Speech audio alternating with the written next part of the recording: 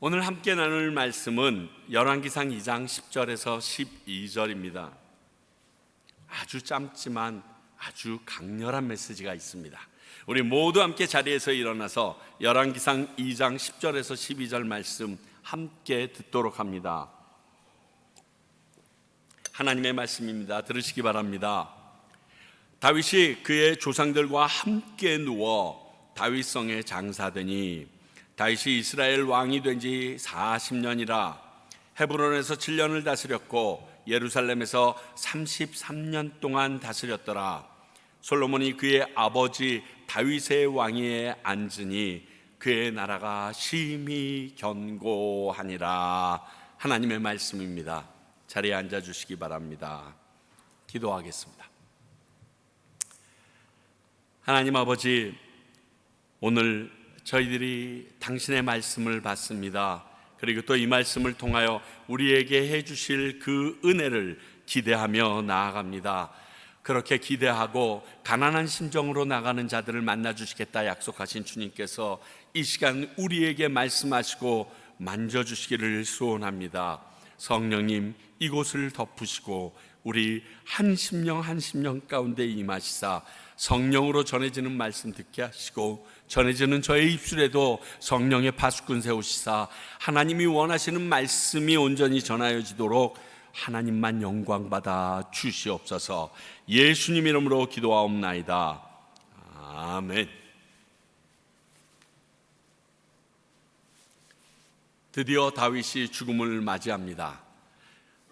다윗이 죽음을 맞이하기까지 사실 굉장히 장수로는 한 장밖에 안 되는데 저희들이 나누고는 굉장히 많은 시간이 흘러왔던 것 같습니다.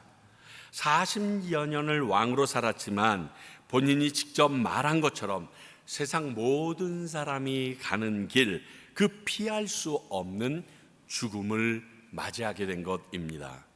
그리고 그 뒤를 이어서 솔로몬이 왕좌에 앉았는데 오늘 12절이 이스라엘이 심히 견고해졌다라고 기록하고 있습니다. 오늘 말씀은 굉장히 간단하지만 오늘 이 말씀은 심오한 우리에게 주시는 하나님의 음성이 있기에 깨어 들으실 수 있기를 바랍니다. 자, 먼저 오늘 말씀이 우리에게 말씀하시는 내용은 10절을 통하여 내 인생의 주인은 따로 있다라는 사실을 다시 확인시켜 줍니다. 자, 우리가 잘 아는 것처럼 우리의 죽음은 조율할 수 없습니다.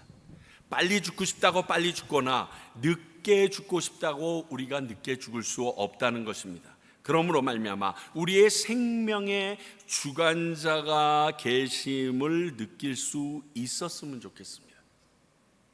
누구나 맞이하는 길이기 때문에 이거 굉장히 자연스러운 거야, 자연적이야, 그거 당연한 이치야 라고 치부하는데 당연하고 자연스러운 것이 항상 똑같지 않음을 깨닫게 되는 순간 이것조차 그 누군가 조율하는 분이 있구나를 깨달을 수 있었으면 좋겠습니다. 누군가 생명을 다스리는 존재가 있다는 것을 느꼈으면 좋겠다는 겁니다. 그로 인해서 우리의 생명의 주관자, 더 나아가 인생의 설계자가 있음을 감지하는 것입니다. 자, 주인이 따로 있다라는 사실을 알게 되는 첫 번째가 모든 사람은 죽는다는 사실 앞에서입니다. 열왕기상 2장 2절 다윗이 말합니다. 내가 이제 모든 세상 모든 사람들이 가는 길로 가게 되었느니. 내가 원하는 부모에게서 태어날 수 있습니까? 내가 원하는 시대에 딱 들어가서 살아갈 수 있을까요? 내가 죽고 싶은 순간에 딱 죽을 수 있을까요? 그래서 그게 자살이고 안락사라고 얘기하는데 여러분, 그게 사실 그렇지 않거든요. 그렇다면 내가 1시간만 더 살게 해달라고 발버둥 친다고 1시간을 더 살 수 있나요? 우리는 이게 그렇게 할 수 없다는 것을 다 압니다. 이렇게 공평하게 하신 것이 저절로라는 이름으로 혹 자연적이라는 말로 설명이 됩니까? 그 자연적이라는 규칙이 저절로 만들어졌다고 하는데, 그렇다면 지금 파괴되어져 가고 있는 지금의 자연을 보면 그 말이 성립이 됩니까? 안 되잖아요. 장례식에서 죽음 앞에 설 때 모든 사람은 내 죽음에 대해서도 생각해 봅니다. 그리고 더 나아가 정말 죽음이 끝일까? 죽음 이후에는 무엇인가 없을까? 이것도 한 번씩 생각해 보게 됩니다. 그리고 나면 절대자의 존재를 인정하게 되는 거예요. 내 인생의 설계자가 있구나. 내 인생의 주인이 따로 있다는 사실은 다윗과 솔로몬을 왕으로 세우신 분도 하나님이라는 사실을 통하여 우리에게 확인시켜 줍니다. 우리가 이미 공부했지만 다윗도 솔로몬도 세상 사람들이 보기에 객관적으로 좋게만 보였던 인물이 아닙니다. 죄도 지었고요, 그리고 살인도 했고요. 당시 전례대로 맏아들을 택하신 것이 아니었습니다. 다윗은. 솔로몬도요, 죄로 얼룩진 어머니의 아들로 태어났고 다윗으로 보게 되면 10번째 아들이었습니다. 그러나 하나님이 선택하고 세우신 인물이라는 것은 우리들이 확실히 알고 있습니다. 이것을 알았던 다윗은 자격 없는 자신을 선택해 주신 하나님을 주인으로 온전히 섬기며 살 수밖에 없었습니다. 솔로몬도 이것을 알기에 비록 처음만이라도 그렇게 아버지 다윗의 길을 따라서 여호와를 주인 삼을 수 있었던 것입니다. 여러분 기억하십시오. 우리를 세우신 분도 그 동일한 하나님이십니다. 그렇다면 내 인생의 주인이 따로 있다는 사실을 통하여 그 주인을 만날 준비를 하고 살아야 합니다. 히브리서 9장 27절, 한 번 죽는 것은 사람에게 정해진 것이요 그 후에는 심판이 있으리니, 그 심판주로 오실 나의 주인 말씀입니다. 그렇다면 내 인생을 허락하신 그 주인을 만나게 될 터인데 그분을 만날 준비를 해야 합니다. 여러분들이 너무나 잘 알고 있는 달란트 비유의 중요한 교훈 중 하나가 반드시 맡긴 주인이 있고 그 주인은 돌아와서 정산하실 때가 있다라는 이 사실을 말하고 있습니다. 이 때문에 일어난 해프닝이 달란트 비유입니다. 뿐만이 아니라 수많은 예수님의 비유를 살펴볼 때 돌아온 주인에 대한 이야기가 계속 언급되고 있는 것도 이와 동일한 이유로 등장하고 있는 것입니다. 그러므로 우리는 겸손한 청지기로 스스로를 인식하고 살아야 됩니다. 내가 매니저지. 내가 하나님에게 어떠한 일을 부임받은 사람이지를 우리는 알고서 살아야 합니다. 내가 내 인생의 주인이 아닙니다. 세상의 가요들은요, 내 인생의 주인은 나라고 막 노래하면서 그 안에서 마음껏 살려고 합니다. 그러나 진짜 주인은 내 인생의 끝에 오셔서 정산하시는 분이 있다는 것입니다. 그럼 내 삶에 대한 자세가 달라질 수밖에 없죠. 내 맘대로 내 원하는 대로 살 수가 없는 겁니다. 중심이 내가 아니고 주인의 관심에 집중하게 되는 거예요.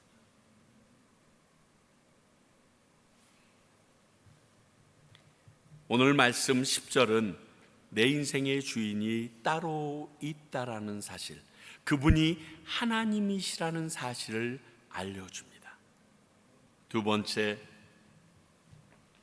오늘 말씀 11절을 보니까 모든 사람에게는 맡기신 구간이 있다는 것을 알려줍니다. 오늘 11절에는 다윗이 섬긴 왕으로서의 구간을 말하고 있습니다. 헤브론에서 7년, 예루살렘에서 33년. 이렇게 모든 사람에게는 그 사람이 살아간 구간과 또 그 사람의 인생이 세분화되어져 있는 구간이 다 정해져 있습니다. 따로 있습니다. 자, 그러면 오늘 다윗의 각 구간들을 우리가 좀 먼저 살펴보길 원합니다. 성경에 다윗이 등장하기 이전에 그의 구간이 있었습니다. 뭐죠? 이새의 막내 아들로서 목자, 양을 치는 목자로서의 구간이 그가에게 있었습니다. 사무엘상 17장 34절 35절 다윗이 사울에게 말하되 주의 종이 아버지의 양을 지킬 때에 사자나 곰이 와서 양떼에서 새끼를 물어가면 내가 따라가서 그것을 치고 그 입에서 새끼를 건져내었고 그것이 일어나 나를 해하고자 하면 내가 그 수염을 잡고 그것을 쳐 죽였나이다.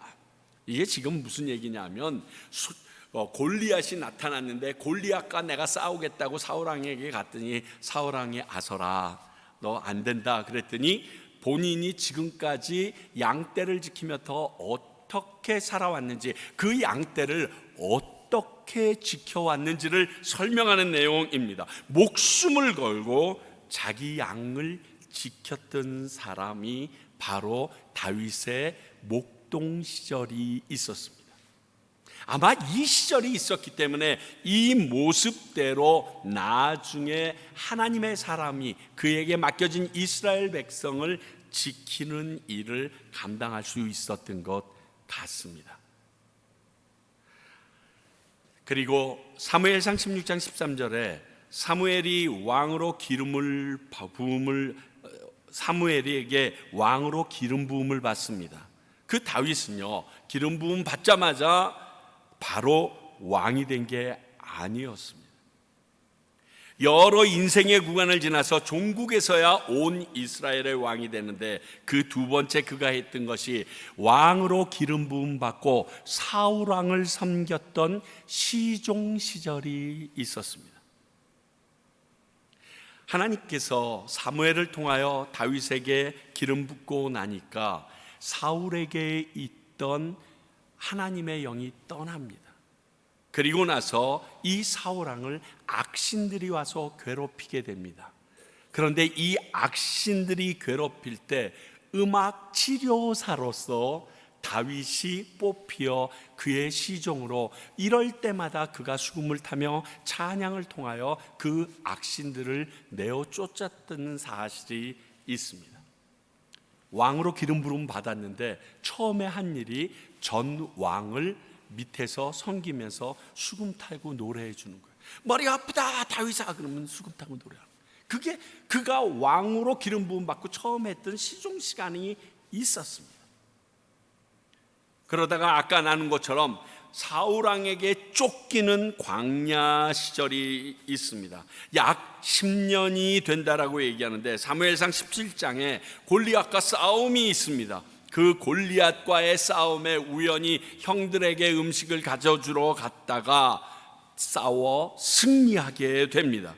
그때 백성들이 당시 사울왕보다 그를 더 높이니까 이를 시기해서 죽이려고 하는 사울로부터 쫓기는 광야 시절이 자그마치 10년이 됩니다. 그것도 혼자 도망 다니는 게 아니라 똑같이 거지 같은 그 부량아들을 데리고서 한 300명 막 이렇게 데리고서 그가 도망자 생활을 10년 동안 합니다. 그때 가장 처절했던 게 무엇이냐?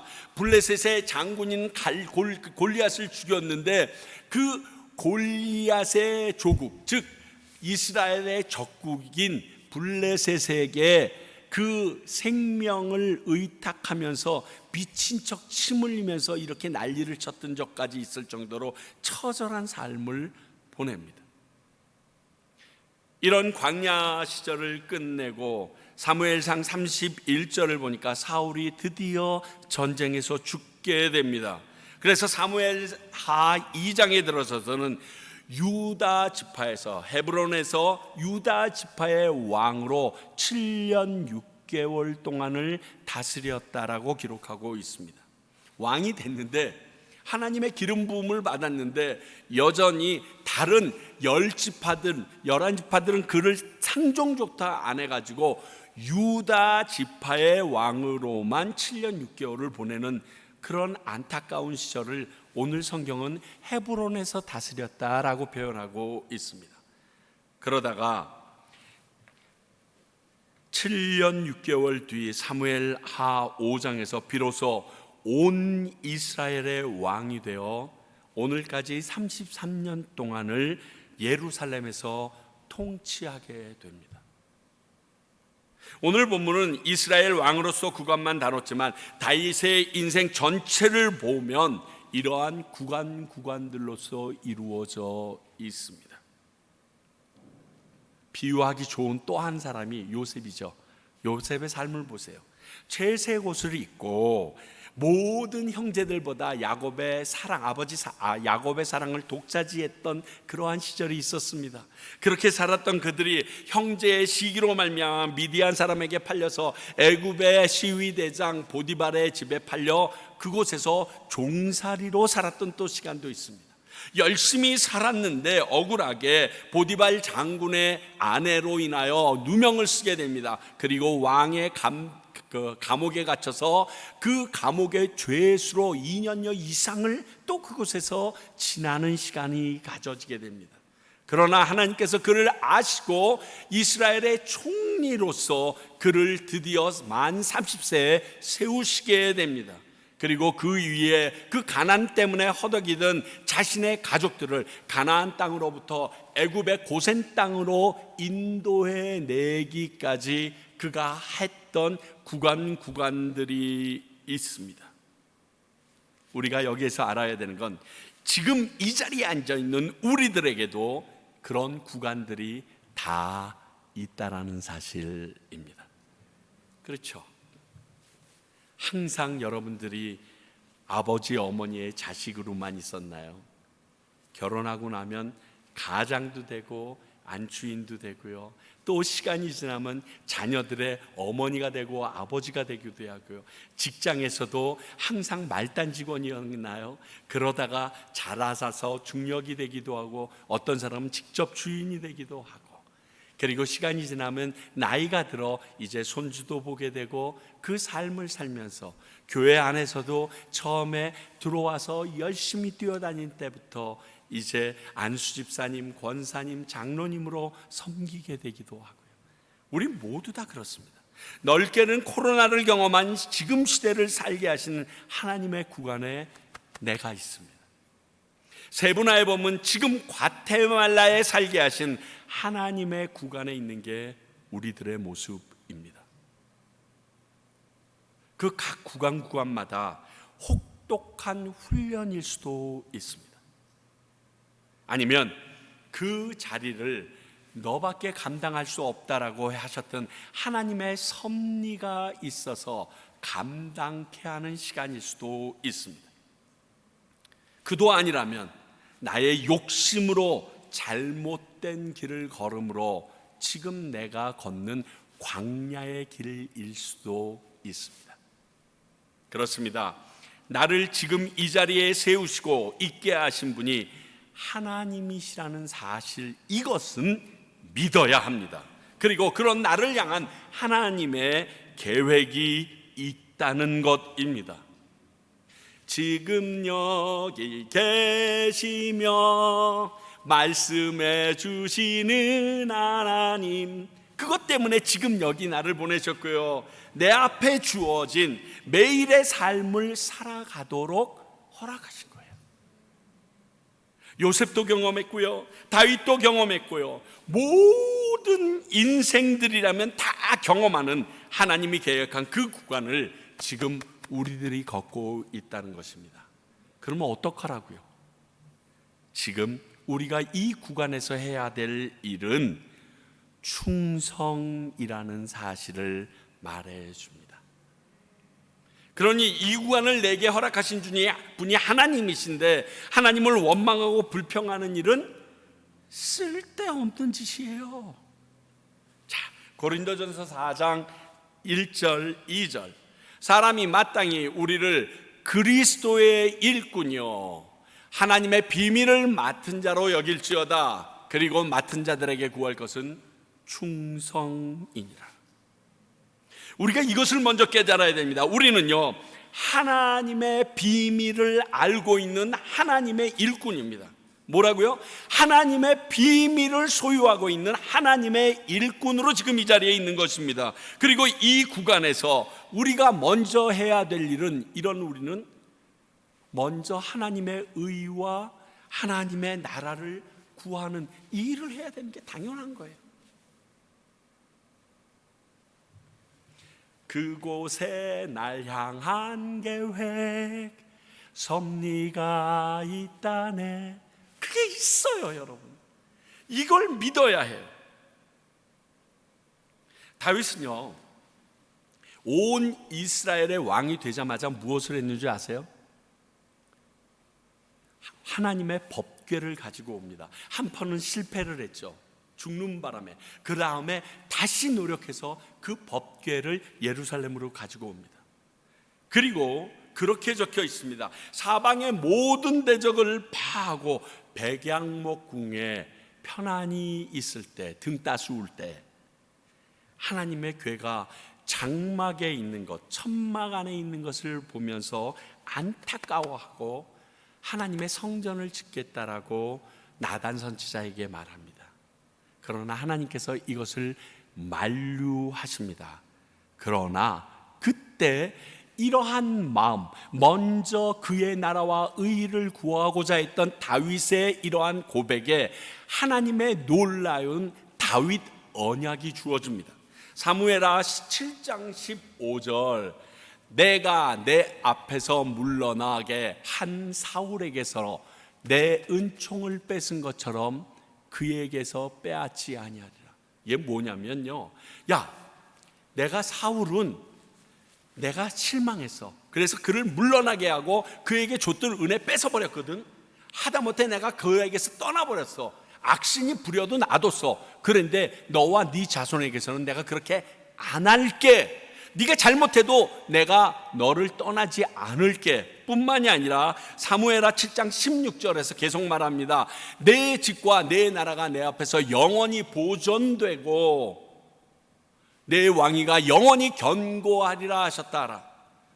그래서 사무엘 열왕기 상하 끝까지 가다 보면 북이스라엘은 7번, 8번, 거의 9번에 가까운 그 정변이 일어나면서 쿠데타가 일어나는데 아달랴 때문에 이 유다는 약간 위험한 적이 있긴 하지만 한 번도 다윗의 그 계보가 왕위를 얻지 못한 날이 없었습니다.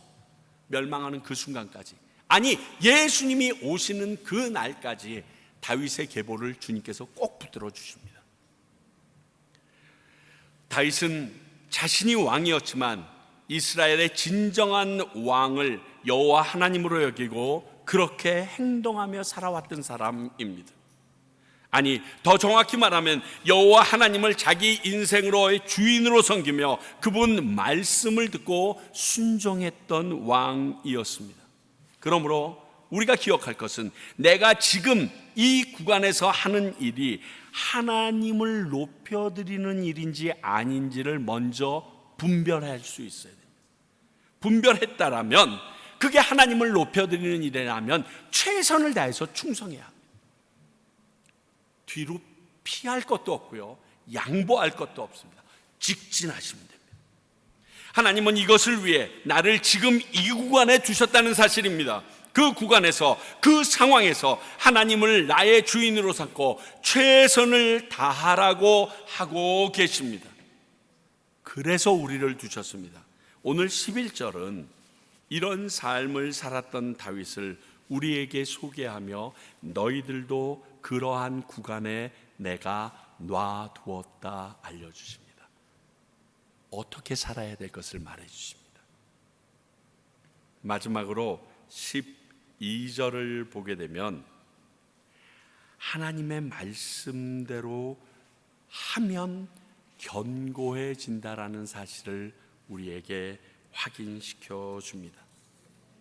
솔로몬이 그의 아버지 다윗의 왕위를 앉았으니 그 나라가 심히 견고하여졌다. 하나님께서 다윗에게 솔로몬이 대를 이어 왕이 될 것이고 그의 손으로 성전을 짓게 할 것이라고 다윗에게 말씀해 주셨습니다. 그러므로 솔로몬이 다윗을 이어 왕이 되는 것은 하나님의 뜻이었습니다. 우리가 이미 이전에 나눈 적이 있죠. 이 말은 뭐냐 하면 하나님의 말씀을 지켜 행하면 너희들이 견고해질 수 있다라는 뜻입니다.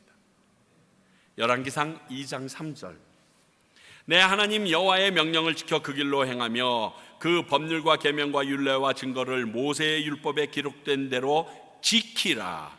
그리하면 내가 무엇을 하든지 어디로 가든지 형통할지라.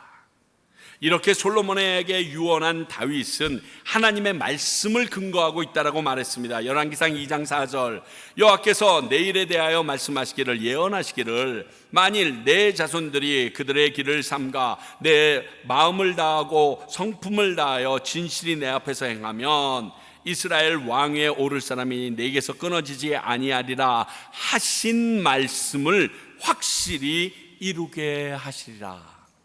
이건 주님께서 말씀하셨다는 거예요. 그러니까 그대로 하면 우리가 그렇게 견고하게 쓰겠다는 겁니다. 하나님의 말씀에 의하면 그분 말씀을 지켜 행하면 솔로몬뿐 아니라 다윗의 후손들을 책임지고 형통하게 하시겠다라고 했던 것입니다. 곧 우리가 하나님의 말씀대로 하면 하나님이 나의 구간도 책임지시겠다라는 약속과 동일한 것입니다. 이 말씀은 모세 오경 전체를 통틀어 핵심 구절이 이것입니다. 아니 성경 전체를 통해 우리에게 주시는 전능하신 하나님의 축복의 약속입니다. 왜냐하면 이 약속의 말씀 안에서 그리스도 예수의 구속이 있고요, 이 말씀 안에서 영원한 천국의 약속도 있기 때문에 그렇습니다. 그러므로 크게 보면 이 말씀이 굉장히 중요한 말씀입니다. 말씀 안에서 견고해진다는 거죠. 그래서 우리가 해야 될 것은요, 무엇보다도 기본에 충실해야 합니다. 여러분, 기본에 충실하면 다 돼요. 손흥민을 키웠던 그의 아버지 얘기를 들으니까 정말 그가 기술을 연마하기 전에 기본에만 죽도록 충성했던 것을 봅니다. 그랬더니 지금은 그 기본을 바탕으로 어마무시한 스트라이커가 되어 있는 것처럼, 사람이요 대화를 하다 보면 저같이 말 많은 놈들은 여러 가지 생각이 막 들어옵니다. 말을 하는데. 그래서 대화의 본질에서 벗어나서 막 이야기를 나갈 때가 있습니다. 그러다가 내가 왜 이야기를 하지 하고 생각해 봤는데 그게 대화의 본질이 생각나서 다시 돌아갈 때도 있지만, 어떨 때는 그게 기억이 안 나가지고 그 대화가 본질은 사라진 비본질로 허무맹랑하게 끝날 때도 있음을 저는 경험해 봤습니다. 기본에 충실하다는 건요, 여러 미사여구가 필요 없이 다소 무미건조해 보이고 심심해 보이지만 본질에만 집중하라는 거예요. 또 얘기합니다. 우리 유성숙 지사님은 아시겠지만 피아니스트들이요, 아무리 대가라도 딱 피아노에 앉으면 연주하는 게 있습니다. 부르그 밀러라고 스케일 연습 계속합니다. 악기 부는, 트럼펫이든 부는 악기를 부는 모든 형제들이 그 악기를 딱 잡자마자 제일 먼저 하는 게 스케일 연습이다. C조, D조, E조, A플랫조 계속 스케일 연습을 엄청나게 합니다. 그리고 그 위에 기술을 쌓아갑니다. 이게 준비가 되어지지 않으면요, 손가락이 엉키더라고요. 그리고 박자가 지 맘대로 돌아다니기 시작합니다. 그리고 각 손가락마다의 힘이 똑같이, 부는 힘이 똑같이 배정이 안 돼요. 여러분, 정말 그 시간은 재미없고요, 지루해요. 그런데 그거 안 하면 내가 능력과 실력과 테크닉이 뚝뚝뚝 떨어지는 것을 느낍니다. 오늘 12절에는 다윗의 뒤를 이어 솔로몬의 왕이 되게 하라는 하나님의 말씀이 있었고, 이 말씀대로 했을 때 솔로몬이 다스리는 나라가 심히 견고해졌다라는 결과를 보여줍니다. 자, 여러분, 이것은 구약이니까요, 우리와 동일한 성령 시대 안에서도 이러한 일이 있었습니다. 그게 초대교회 때 있었는데 이것을 증명해 줍니다. 사도행전 6장 2절, 12사도가 모든 제자를 불러 이르되 우리가 하나님의 말씀을 제쳐놓고 접대를 일삼는 것이 마땅치 아니하니, 여기 접대는 술 접대 얘기를 하는 게 아니라요, 구제를 얘기합니다. 그 당시 많은 물질이 들어왔기 때문에 과부들이, 고아가 많아서 그들을 섬겼던, 그 구제했던 일들에게 전념하는 것이 맞지 않다라고 얘기합니다. 교회가 커졌습니다. 예루살렘 교회가 하루에 3,000명, 5,000명씩 막 들어옵니다. 그러니까 정신이 없고 그 들어오는 물질을 본인들이 가지면 타락할 거라고 생각하여 계속 나누기 시작합니다. 그러다 보니 본질을 놓친 것입니다. 이것을 그들은 고백합니다. 우리가 본질보다 비본질에 열심이었다라고 인정합니다. 여러분, 이거 되게 어려워요. 이것부터 준비가 되어야 돼요. 이렇게 인정하고 사도행전 6장 4절에서는 그들이 이렇게 말합니다. 우리는 오로지 기도하는 일과 말씀 사역에 힘쓰리라. 이게 우리의 본질이었어. 우리의 교회의 본질이 이거였어. 우리는 여기에 힘써야 되는데 지금 구제에 힘쓰다 보니까 다툼까지 일어나게 되었어. 이것을 우리 전담팀을 둘래, 그리고 만든 게 집사잖아요. 그렇게 하고 그는 전담하기 시작합니다. 그 본질에 집중하기로 했더니 그 결과 사도행전 6장 7절은 이렇게 말합니다. 하나님의 말씀이 점점 왕성하여, 기억하세요, 하나님의 말씀이 점점 왕성해야 예루살렘에 있는 제자의 수가 심히 많아지고 믿는 사람들이 더 오고 허다한 제사장의 무리도 이 도에 복종하니라. 유대교가 최고라고 생각했는데 예수 그리스도가 우리의 본질이라는 걸 찾아오는 제사장들까지 생겼다라고 얘기합니다. 언제? 말씀이 점점 왕성해질 때. 보셨죠? 여러 가지 방법으로 연구하고 교회 성장을 위하여 접목하는 것 귀한 일입니다. 그러나 예수님이 머리 대신 하나님의 공동체에 요구되는 본질이 있습니다. 이게 우선돼야 합니다. 그 본질을, 주님이 주인 되신 교회의 가장 중요한 본질은 기도하는 일입니다.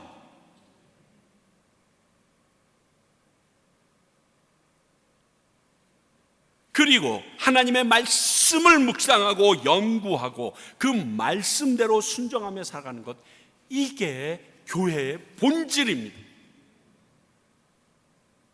그 외의 거는 그 말씀대로 순종하기로 하며 기도하며 하나님의 성령의 역사함을 받아 죽어가는 영혼들을 구원하라고 선교하게 하신 것이지, 선교가 우선이 아니고요, 교제가 우선이 아니고요, 내가 헌금을 많이 내고 예배를 아름답게 하고 이게 우선이 아니라 하나님의 말씀을 연구하고 그 말씀대로 순종하다 보니 그 길을 가야 하는 것입니다.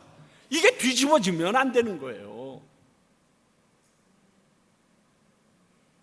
그게 초대교회에 있었고, 본질을 회복하자 초대교회는 든든히 서가게 됩니다. 물론 말씀을 묵상하고 나서 그 말씀대로 안 사는 것 전혀 필요 없는 일입니다. 물론 그래도 말씀을 읽는 게 낫지 않겠느냐. 여러분, 제가 아는 바람이라면요, 말씀 100독 읽고도 그 성경의 가장 긴 단어와 짧은 단어, 가장 긴 구절과 가장 짧은 구절을 찾아내는 것으로 인생을 마친 사람도 있어요. 너무 웃기지 않아요? 100번을 읽었는데 성경의 제일 짧은 구절, Jesus yet, 이거다, 뭐 이런 거나 찾고 앉아있다니까. 그러니까 말씀대로 행하는 게 참 중요해요. 자, 지금 우리 평강교회는 그 본질에 열심을 내고 있는 교회인가? 당연히 생각해 봐야 되지 않겠어요? 아니면 비본질의 정신이 팔려서 지금 주객이 전도되어 있는 것은 아닌가? 항상 점검해 봐야 합니다. 아니, 성도인 우리가 교회 자체라고 얘기했잖아요. 그러니까 나는 지금 본질의 우선순위를 두고 살아가고 있는 사람인가? 아니면 그냥 먹고 살고 평안히 누리는 비본질을 우선으로 여기며 살아가는 것이 아닌가, 우리는 꼭 생각해 봐야 합니다. 만약 우리가 비본질인 것에 더 많은 우선순위를 삼고 있다라면 우리들의 삶이 하나님 앞에서 견고하지 못하고 무너지게 될 것입니다. 우리 평강교회가 하나님의 이 본질 앞에 바로 서지 않으면 공격 가운데 사탄의 속임수에 속아 무너지게 될 것입니다. 이게 오늘 본문 12절에 우리에게 주시는 음성입니다. 사랑하는 성도 여러분, 여러분들의 모든 열심이 하나님에게로 맞춰지길 원하고, 그 맞춰진 열심이 어떻게 표출되는 것을 원하시는지 기억하고 살아가실 수 있기를 바랍니다. 기도하겠습니다. 하나님 아버지, 우리에게 오늘 이 짧은 세 구절의 말씀을 통하여 저희들의 인생을 다시 한번 조율해 보게 하시니 감사합니다.